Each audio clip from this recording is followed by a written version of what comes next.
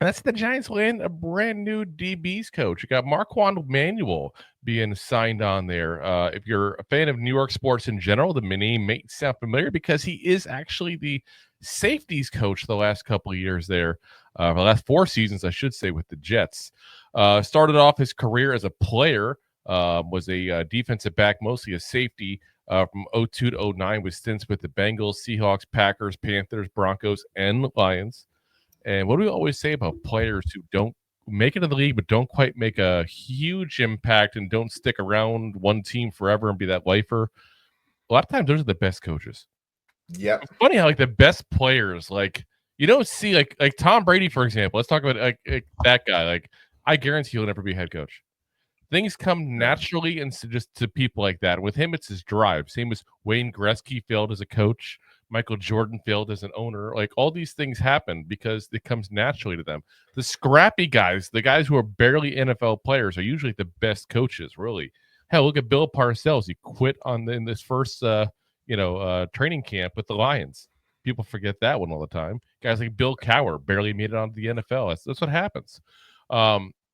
So coaching wise here, started off as an intern with Florida in 2011, then was an assistant special teams coordinator the next year with the Seahawks. Then they made him a defensive assistant in 13 and assistant secondaries coach in 14.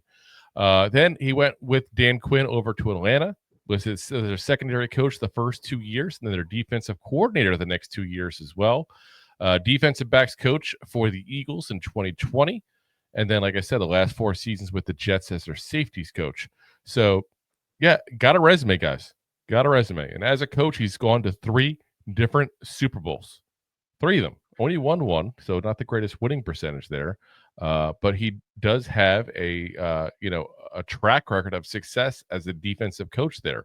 Listen, if you want a guy that we can go ahead and win with, this guy's already proven you can win with him as a defensive backs coach.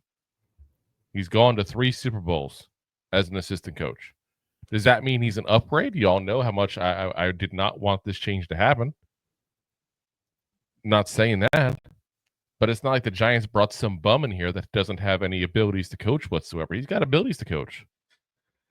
We're going to find out. And maybe he works better with this coaching staff. Sometimes it's not how good a coach you are or how good an employee you are. It's just how you fit and mesh with the rest of the team. And if that was the issue with Jerome Henderson, which is what you're hearing at times, then, perhaps it is for the best. I don't like it. I don't like to lose talent, but we brought in somebody who's got talent, and you can definitely sit there and say the Jets secondary wasn't exactly the problem last year. You say personalities in the locker room were the issue, but that's a whole separate topic for another day.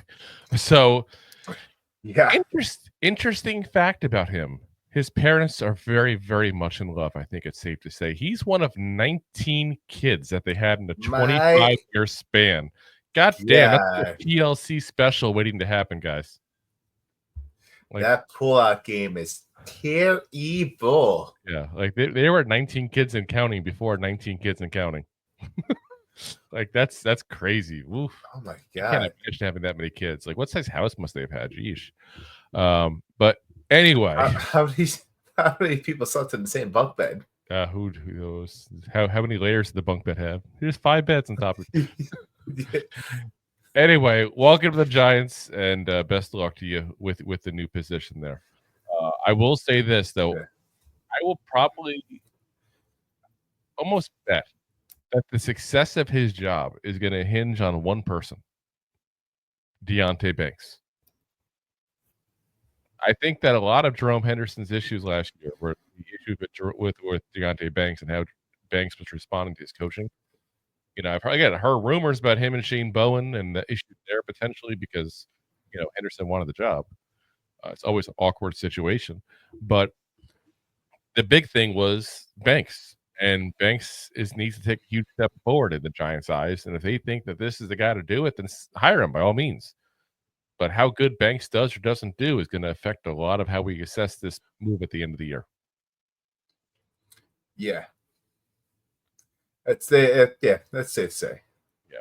And along with that, I'll give that as a side note as well of the rest of the youngins too as well. I mean, you got Tyler Nubin, Drew Phillips, Cor'Dale Flott. You got a lot of guys that are still very young corners on this squad here, and they got to get developed. They got to get developed the rest of the way. If you like that clip, then you will love the full episodes too. Find us on your favorite podcast app and look for us on all your favorite social media platforms. Thanks so much. Please, I'm begging you. Please subscribe.